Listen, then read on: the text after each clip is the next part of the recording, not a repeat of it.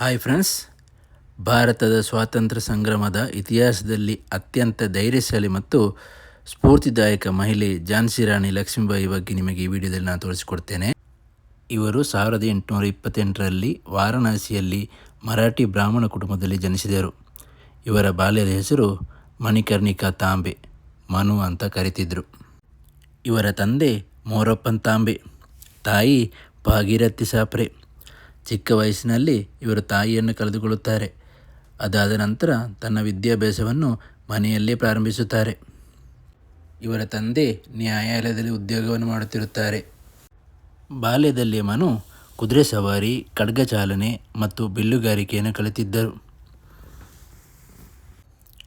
ನ್ಯಾಯಾಧೀಶರಾದ ಇವರ ತಂದೆ 1842ರಲ್ಲಿ ಇವರನ್ನು ಝಾನ್ಸಿಯ ಮಹಾರಾಜರಾದ ಗಂಗಾಧರ ರಾವ್ ಅವರ ಜೊತೆ ಮದುವೆ ಮಾಡಿಕೊಟ್ಟರು. ನಂತರ ಅವರಿಗೆ ಲಕ್ಷ್ಮೀಬಾಯಿ ಎಂಬ ಹೆಸರು ಬಂತು.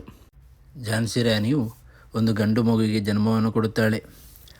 ಆ ಹುಟ್ಟಿದ 4 ತಿಂಗಳಲ್ಲಿ ಆ ಮಗು ಮರಣವನ್ನಪ್ಪುತ್ತದೆ.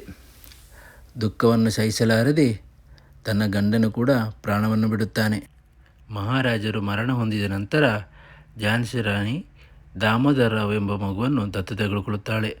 ಆದರೆ ಆ ಮಗುವಿಗೆ ಬ್ರಿಟಿಷ್ ಸಾಮ್ರಾಜ್ಯದಲ್ಲಿ ಹಕ್ಕಿಲ್ಲ ಎಂದು ಬ್ರಿಟಿಷರು ಕೂಗಾಡುತ್ತಾರೆ. ಇದನ್ನು ವಿರೋಧಿಸಿದ ಲಕ್ಷ್ಮೀಬಾಯಿ, ನಾನು ನನ್ನ ಝಾನ್ಸಿಯನ್ನು ಬಿಟ್ಟುಕೊಡುವುದಿಲ್ಲ ಎಂದು ಸಾರುತ್ತಾಳೆ. 1857ರ ಮೊದಲ ಸ್ವಾತಂತ್ರ್ಯ ಸಂಗ್ರಾಮದಲ್ಲಿ ಲಕ್ಷ್ಮೀಬಾಯಿ ಅವರು ಬ್ರಿಟಿಷರ ವಿರುದ್ಧ ಹೋರಾಡಲು ತಮ್ಮದೇ ಸೈನ್ಯವನ್ನು ಕಟ್ಟಿದ್ದಾರೆ. ಇದರಲ್ಲಿ ಮಹಿಳೆಯರು ಸಹ ಸೇರಿರುತ್ತಾರೆ. 1858ರಲ್ಲಿ ಬ್ರಿಟಿಷ್ ಸೇನೆ ಝಾನ್ಸಿಯನ್ನು ಮುತ್ತಿಗೆ ಹಾಕಿದಾಗ ಲಕ್ಷ್ಮೀಬಾಯಿ ಅವರು ಅದ್ಭುತವಾಗಿ ಹೋರಾಡಿ ಗೆಲ್ಲುತ್ತಾರೆ.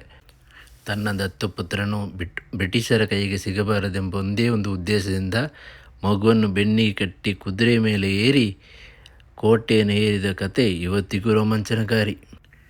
ಇವರು ಜೂನ್ 18, 1858ರಂದು ಗ್ವಾಲಿಯರ್ ಬಳಿ ನಡೆದ ಭೀಕರ ಯುದ್ಧದಲ್ಲಿ ಬ್ರಿಟಿಷರ ವಿರುದ್ಧ ವೀರಾವೇಶದಿಂದ ಹೋರಾಡುತ್ತಾ ರಣರಂಗದಲ್ಲಿ ಪ್ರಾಣತ್ಯಾಗ ಮಾಡಿದರು. ಇದೆಷ್ಟಾಗಿತ್ತು ಝಾನ್ಸಿ ರಾಣಿ ಲಕ್ಷ್ಮೀಬಾಯಿ ಅವರ ಕತೆ.